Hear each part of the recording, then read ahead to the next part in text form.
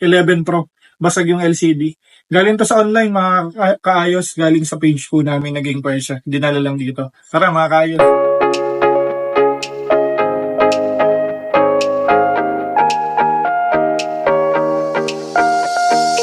Ito, mga kaayos, lipat na natin yung Face ID niya dito sa bagong LCD.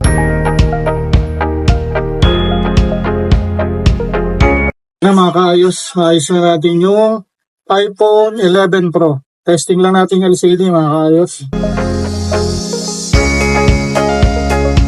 Okay naman, mga kaayos, wala siyang dark spot sa screen, smooth din yung touch niya. Tara, pwede na natin bigay ito sa client natin. Ayos!